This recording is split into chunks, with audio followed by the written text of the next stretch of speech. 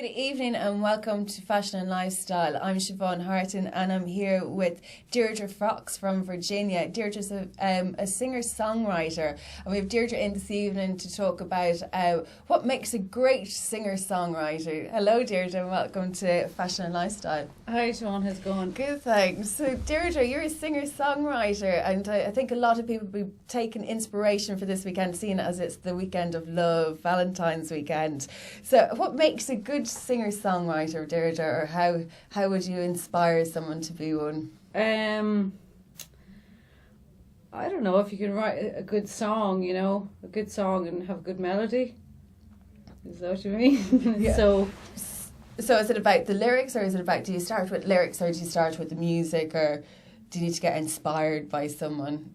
Well, yeah, life influences me. Let's say if a love or something, yeah, sure, or a lost love or something, something. And have you ever wrote any songs about lost love, or have you wrote anything for Valentine's? Have you been the true romantic on Valentine's? I did write a song once about a fella, yeah, that I fancied, so... Oh, really? And it was, funny enough, Valentine's Day. So, but he didn't love me, so... Oh, no, it was unrequited love. Yeah. Oh, no. So, And what was the lyrics? Do you want to tell us a little bit about it?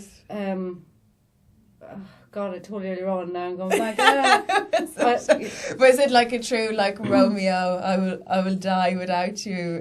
Well, yeah, it is. It's like, I'd do anything, I'd give up you for my life, be your joker all day and night, That's really So, good. I think loads of people want a song wrote about them, don't they? Yeah, That's yeah. really sweet. Did you ever give it to him? Or does he know that it was even wrote about him? No, I don't speak to him anymore anyway, so... That's the end of that. Yeah, so... And have you ever received any love songs or anything like that? Or would you be big into love songs? Is that something that you... Not really. I mean, Yeah. a hopeless romantic kind of thing, I suppose. I'd say a lot of people are, but they say they weren't. But anyway, I have had poems written about me, yeah, but couldn't tell you where they are now. They're usually for people I've no interest in. Really? Sure, yeah. This is what you write about. And are most of the songs from your own personal perspective, or is it like from observation, what you see, like emotions or anything? Yeah, it's like all that? about, it's very, all emotional, yeah. Most of my songs are very emotional, kind of. And it's personal. Yeah. Yeah. And how do you get into the mindset of writing? Like, do you sit there and go, okay, I'm going to write a song today, or do you, is it... Well, when I lived abroad for a while, and I used to sit in the cafes like in Paris, or the train stations in Paris and Barcelona. I used to just write. So you'd be writing anyway, and then a poem would just come out, So that's So you get inspired by the ambience around it, the atmosphere, Sure. what's going on Yeah. around. Yeah. So and you were telling me a little bit about Paris earlier on, which is very exciting, how you got into actually singing. Yeah. It's really good, actually. I was a singing waitress in Paris, so that's how I started. Yeah, that's playing not your music. usual job. What does a singing waitress do? Yeah, it was a show, and you were a waitress, and then the second, you just waitress for a while, the dinners and that, and by the time we got to the desserts, they put on a show, and we were the show, the singing waitresses. So. Right. And it wasn't like cabaret or anything like that, was it? No, Or it was was a full band backing. Oh, it's a full backing band us, backing. yeah. So you'd like wait on people's tables, and then is it mid kind of go up, or is it? No, you wouldn't, like the first half of the night. Let's say people would come in and you give them their dinner and all that, the waitressing part. Mm-hmm. And then the band would be playing, they'd do a set, and then there'd be a break, and then we'd go back on, and we do we go up and we do the show, the Hollywood Savoy show. That was the name of the place. And there might have been a third part, or it depends on how many people were there, whether it was busy. And what type of costume would you wear? Would you be in costume, or is it like in the waitress in? No, you'd wear like better than what I'm wearing now, right? Well, I used to learn, she used to say black skirt, long black skirt, or not too short. You'd never wear a short, but something flattering, definitely. Oh yeah, something nice. And what was the show like itself? Do you know when you got up? Like, it was a band. What type of stuff would you sing? Well, I used to sing Zombie or Satisfaction. But oh, really? So it was contemporary. Yeah. So it wasn't anything French or worldly. Oh, I was imagining something kind of more burlesque kind of French kind of thing. Nothing like that. More, yeah. No, I was imagining like that, but especially in Paris. But that sounds very exciting. So this is your introduction to singing as well, like live in front of an audience and stuff like that. Yeah. So it is. And then just to get back to the songwriting, like if someone like myself who never wrote a song for someone before, what would you advise them to do? Or well, funny enough, because I'm studying music in Cavan as well, right. We're doing a module on songwriting. So, anyone could do it. You write out, let's say, just write a poem about something, or just write a line like, I'm on TV. Right. And then something, not TV maybe, or I see a picture. Yeah. Right, and you have to rhyme just for the picture. You have to rhyme that, or make something rhyme, go with it, like, maybe even just the picture like that. Yeah. So it's easy. Well, to me, it's easy. Yeah, to me that seems really bloody daunting. Yeah. That's to do something like that. I'd automatically get real, I need the next. Is there any way to get over that kind of block that they call writer's block, isn't it? Yeah, well, sometimes it's easier other times than, it's easy sometimes to write a song and sometimes you will get writer's block, but, Like, would you pick a theme or a topic or anything like that? Would that help? Or, because even just looking at a piece of paper is quite daunting, isn't it? Like in front of you, a white piece of paper. Yeah, you could pick a theme if you wanted, Well, I actually really like your style by going to Paris or going to a coffee shop in Barcelona. Yeah. I really like that one. I think that I'll take that one on. It's going to be. Tell us a little bit about Barcelona. Did you sing in Barcelona or anything like that? Did you perform there? Oh, I did, yeah. I played in the Irish bars there and on the street as well. I busked on the street in Barcelona. So I used to make 20 quid a night. That was the busking, so I'd pay for my board and my food and my... So what kind of instruments would you busk with as well? Guitar. Guitar. So you played guitar as well. Yeah. So you used to go around and sing and play like busking, I think. In the Irish bars you used to play as well. Yeah, so you get more money for that as well. Right. So then you take a break for a night. Right. I said that sounds really good. And where else would you go in Europe then? I went to I went from Paris to Barcelona, then I went up to Monte Carlo and then down to Rome, up to Venice, Prague, Auschwitz, and then Prague, and then Berlin, and then back to Paris. And where would your favourite place be, the most inspiring place that you would have went to? Prague, the east. Definitely the east. Love Prague. Yeah. I think it's the most romantic city. I think it really is. I fabulous. love Paris, but Prague is just amazing. Old town, gorgeous. Yeah, really nice in winter time. How long did you stay there? Well, I was in Paris for almost 2 years, but I do love Paris. But Prague, I was only in Prague for about a week, and then I went to Auschwitz for a couple of nights, and I was back in Prague. So maybe only 2 weeks all in all. But I played there too. And where did you play in Prague? Was that in some of the pubs there, was it? Or was it on the street? Did you busk there as well? No, the bars, the Irish bars. Scarlet O'Hara's, I don't even know if it's still there. Like back then it was. There was a couple of Irish bars. Didn't know. I played in them. Yeah. Excellent. That sounds really amazing. And was there anyone else travelling with you? No, I was on my own. Really? Yeah. Just backpacking around on your own? Pretty much my guitar and... Was that long ago? It was a long time ago, yeah. I'm not even going to say it's getting so... I'm getting so old, sorry. And then you're travelling soon as well, to Scandinavia, is I'm going up to Norway, yeah. And you start playing as well? Well, possibly, yeah, I might look for gigs, yeah.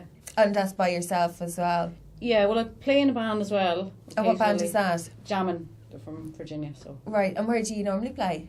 Well, we play in Virginia or Mulla or Dublin. Right. Or...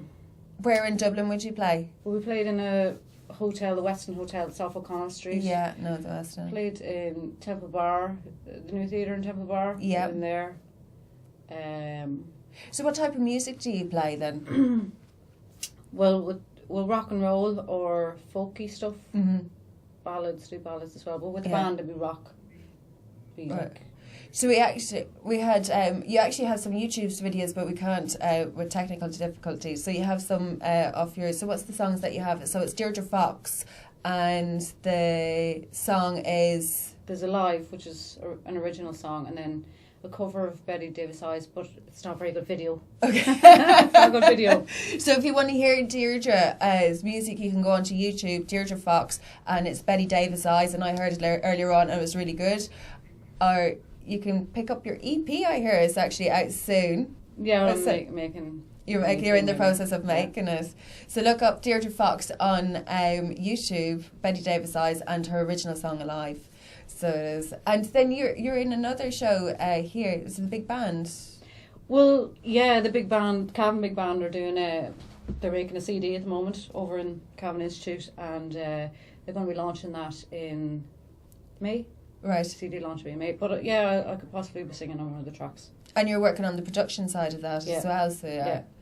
That's brilliant. And tell us a little bit about the course that you're doing in Cavan College. Because you're doing music production there as well. So you're like a lady of many talents, though. You are really into this music. Well, yeah, I mean, I wasn't doing much at home because the gigs had kind of dried up as well, you know, with the recession and all. But yeah, music production and sound engineering, yeah. So we just...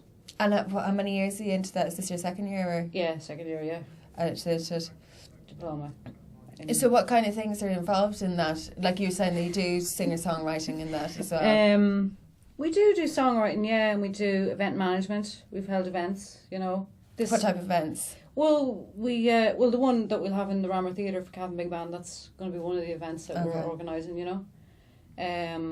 We organised another one down on the square down there for Cavan County Council. Well, they hired us. Well, they didn't really hire us. We just did it for them, kind of thing. Okay, what was that What was that? It was just to highlight green issues in Cavan. Oh, really? How did that go? Was that on already? Was it? It was last November. Yeah. Oh, it was last. So it was Recycling Week. Was it? Yeah, that's it was. The one. It was European Waste Reduction Week. Yeah. Right. And how did that go? Or what was involved in that? Well, we just had to organise a lot of bands. So I got a few from the Institute and a few other bands that I know and stuff, singer-songwriters. So we just put them on and we sang, and it was great. So you performed at that as well? Yeah, so I did. Yeah.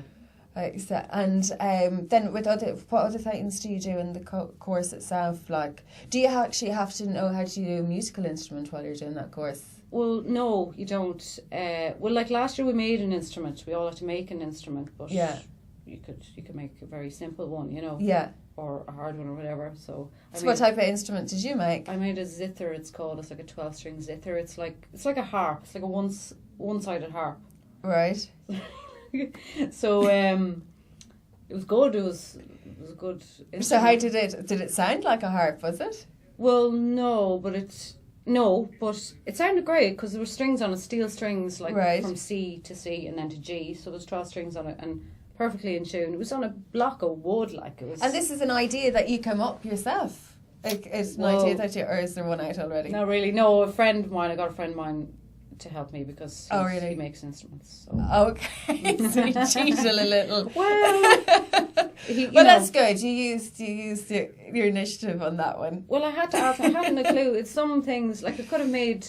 You know, you could, get a drum. Like you could make that out of a piece of wood and maybe hit it with a box. Or actually, I remember going to parties years ago and they used to make them out of the pots in the kitchen. Like they'd be beating the drums on that. Yeah. Like this is when everyone thought that they were. No, they actually were really good musicians. They were really good. So it was. But that's really good that you you get creative with it. Yeah. So. Yeah. So in the production side, you use the recording studio. Is it a good recording studio in there? Yeah, very good. Yeah. So really good equipment. Oh my time. So you're not daunted by all the buttons and everything that's going on at that? Well, I was initially, but you get used to it. But yeah, the live sound, like the live sound desk is smaller. Yeah. We're more knowledgeable in that area. And what's the kind of equipment that you would use in the studio? Like for all the technophobes watching, do you know? It's like a Mackie desk. It's got like 24 channels on it, you know, so loads of EQ and panning and stuff like that. So you'd be told each one, you have to know exactly, well obviously if you're working it, you'd have to know exactly. There's a lot of buttons, you know. There'd be like one section where you record and then there'd be the EQ part of it as well, and then the panning section or the auxiliary section. And then there's another section, a master section, that turns down bloody... You know, the stuff, the headphones for the people who are being recorded and stuff like that. And that's I don't know, it can be very confusing sometimes, you know. Is that digital or analog? The desk is analog. Yes. The desk is analog. But do you record digitally though, or do you? Yeah, on a computer. We Right. record digitally. We do. So. Yeah, and come here, just because I remember seeing it in Dublin in the Windmill Studio as well, and they were using, it was just like a minefield. It was a complete minefield, and going out and looking at just the actual going into the studio. Brought a group of students of ours in from Granard, and it was a fantastic experience in there. Yeah. So it is, just now, and you really feel that it's something big that you belong to. So yeah, it is. Yeah, it's amazing. So what would the software that you use in that? Software, we use like Pro Tools or Cubase. Pro Tools mostly in the studio down there though. Right. But when we're working behind computers in, the other part of Cavan Institute, we use Cubase or Reason. Reason's like for DJs and stuff. Right. So. And so, like, they teach you all that in the Cavan Institute, so you have to know the technical side and all that. But they teach you, it probably does help. Like, I did PAM first, which is Performing Arts Music. It was just a year course at the time. Now it's a 2-year course. Right. But I did that year first, before I did I'm in the second year of the diploma now, so I think it helped me. Right. Do you know what I mean? To get in there. Yeah, because I can imagine just being totally daunted within that and just having to record straight away and use all this equipment. Yeah. So it is. So what was the course that you said that you did before that? It was Performance Arts. Performing Arts. What's that? Well, they have it in Cavan still, but it's now a diploma. It was only FETAC level 5 or a certificate when I did it. So it's a diploma in performance. So they're very similar, but there's performance. Right. And they have Irish music and stuff as well. And would that helps you if you have any fear of going on stage or anything like that? Do you do a lot of that in it, like getting up and obviously performing in front of people and stuff like that? So that would get you over the fear of if you were a good singer songwriter yourself and didn't, a lot of people. That's one of the biggest fears is people talking in front or performing in front of an audience. Yeah. So do you do a lot of that? Yeah. And then to be disciplined as a musician as well, and to really sit down and write the stuff, I'm sure it's quite tough too. Yeah. So what is the qualification you're going to get out of the course that you're doing now? It's a higher national diploma in music technology. So is that VTAC or City and Guilds? It's VTAC. It's VTAC level 6 as well. So. Okay. So it's hard. VTAC. Yeah. It's actually an English qualification. Right. Well, it sounds like a really great course. It sounds like you're really enjoying it and learning an awful lot from it. Yeah. And how has it enhanced your singer-songwriting? Like in the...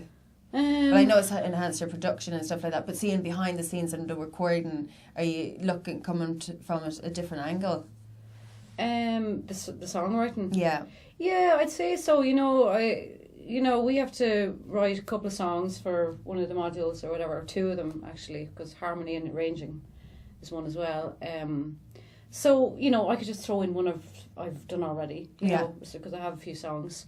So I'm thinking it'll be a challenge for me just to say, okay, write a couple of new ones, just to see what I'll get out of it. So we have started on that already, kind of thing. So it is a new approach to writing music, you know, the way they do it in there. But it's a very good, anyone could use it, Yeah. It sounds like a really good one. So it does. And who would inspire you as an artist? Who would be your inspiration? Well, Sinead O'Connor. I like Sinead O'Connor. Do you like Sinead? Yeah. Well, her voice. She's got a great voice. Well, I admire Sinead. I know she has issues. But I admire her for just being herself in ways. Yeah. Do you know? I really do admire her for that. Yeah, she's a great singer. She's a fantastic singer. Yeah, she's a great singer. She is. And she sings with real passion, doesn't she? Everything she does sings with. So she'd be one. Who else would inspire you? Who else would inspire me?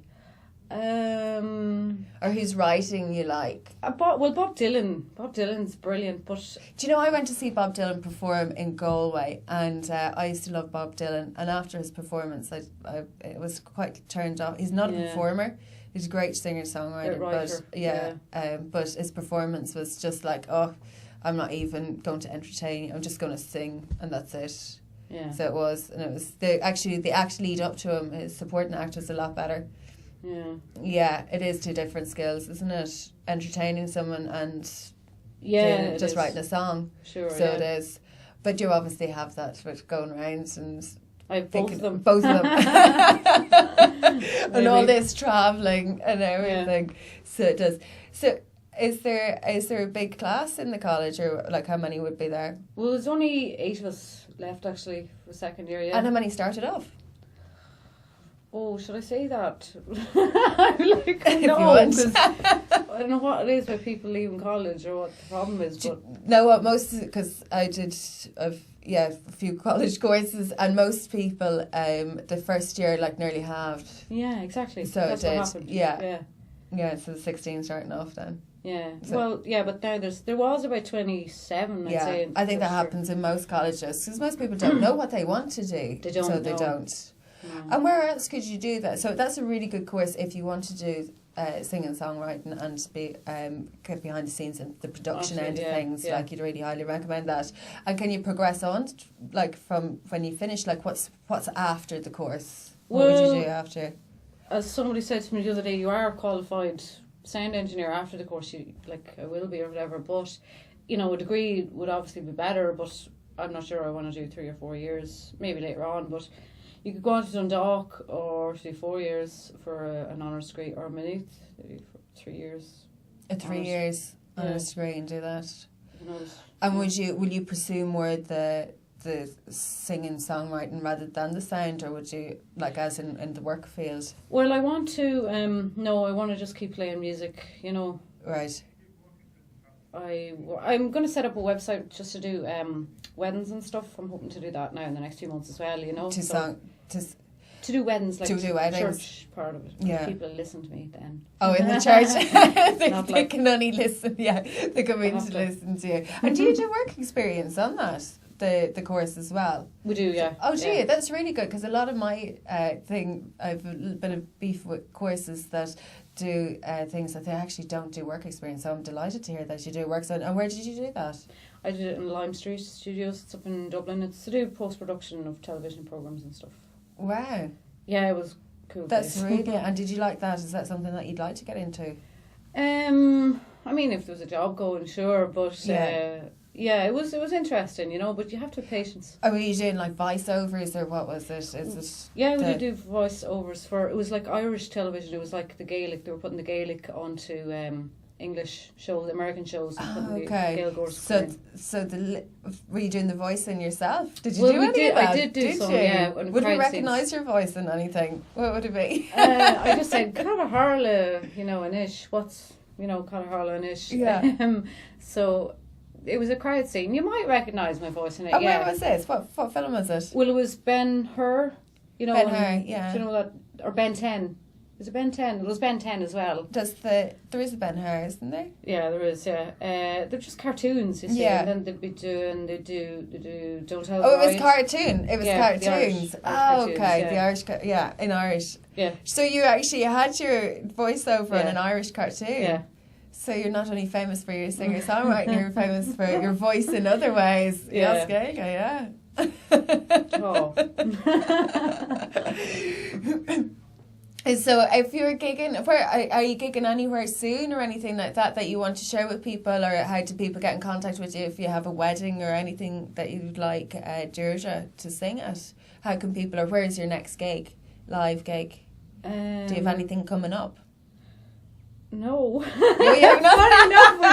I have nothing, but see, our guitarist is away in Southeast Asia. He's gone for a trip. Right. Okay. So we can't play without him, and we should have a gig, maybe St. Patrick's night. But I have done a good few gigs in the last 2 weeks, funny enough. Right. They will come in, But if they wanted to get in contact with you for their weddings or anything like that, what would they? Well, I'm going to set up the website, so just if they remember my name, I'm sure it'll be like Deirdre Fox. Deirdre Fox, and look up Deirdre Fox on Facebook if you're on Facebook. Yeah. Perfect. And then actually we can't leave this interview without looking at this handbag that Deirdre has brought in, seeing as she's on the Fashion and Lifestyle show, and it's off a guitar. And there's something special about this handbag, wasn't it? Italian leather.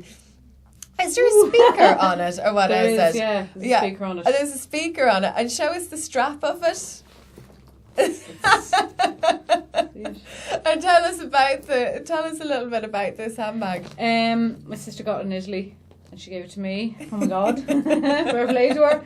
There's a speaker on it, yeah, because you can plug an iPod into it and the sound comes out there. So when you're walking along, it's kind of like the mini version of, you know, when people used to have the big boom box on. Yeah, it is. It's like the female version of that. Yeah. 2013 female version of the boombox. Yeah. So that's fantastic. So when did she give you this? Is this like a Christmas gift? No, it was just she was on holidays and she brought me back a guitar. So. Oh, fantastic. There it is. And she got it in Italy. Yeah, Sorrento. So if anybody's going to Sorrento, get me one. Another one. And is there the Betty Davis Eyes? I think we're actually coming to a close. Are we to her? Wow. So we were going to. Is there anything else that you wanted to say about the songwriting, or anything about the performance that you're doing with the big band? Well, I'll be doing summertime, so yeah, that'll be coming up in May. That should be a great night in the Rammer Theatre if anybody wants to go. It's a great production, you know. What date? Do you have a date for that? The 11th, Saturday night, of May. Yeah. Who's behind the Cavan Big Band, or what is it about? Darragh O'Reilly, he's one of the tutors in Cavan Right. Institute. And where's the big band from? I don't know anything about this big band. Tell us a little bit about that. Yeah, they're all from Cavan, so, you know, young and old. There's all age groups in it, including someone as young as myself. And it's all different instruments. What type of instruments is played in it? Trumpets, trombones, saxophones, drums. Yeah. Guitar, piano. So it's a classic big band. So yeah, there's loads and many of people drums. do, like, how many is loads? Well, many 30. Really? 30, yeah. Wow. That's going to be a really fantastic sound. And that's in the Rammer Theatre. Yeah, yeah. So it is. Yeah. And how long, like, is it a 2-hour show or an hour show or what? 2 hours, yeah. 2-hour show. Yeah. On, say the date again? The 11th of May. And if someone wanted to, do you have to pre-book that, or if someone wanted to get tickets for it? Well, they should, yeah, just in case, because it's bound. So it's only on for one night? Yeah, it's only on for one night, yeah. And John O'Grady's playing at it too. Oh, is John O'Grady playing it? I John. saw actually a poster. I was at the Backstage Theatre the other night, and I saw that John O'Grady is playing there as well. His show is travelling around. Right. He's doing really well for himself, John. Yeah. It's fantastic. So is he going to be singing with the big band? Yeah, he is. Fantastic. So, Deirdre, thank you so much for coming in. You're a fantastic guest, and I wish you the best of luck on your travels. They sound really exciting. Maybe we'll get you back in to tell us how you got on your travels. That's all for this evening. This is Fashion and Lifestyle. I'm Siobhan Harton. Thank you. Good night.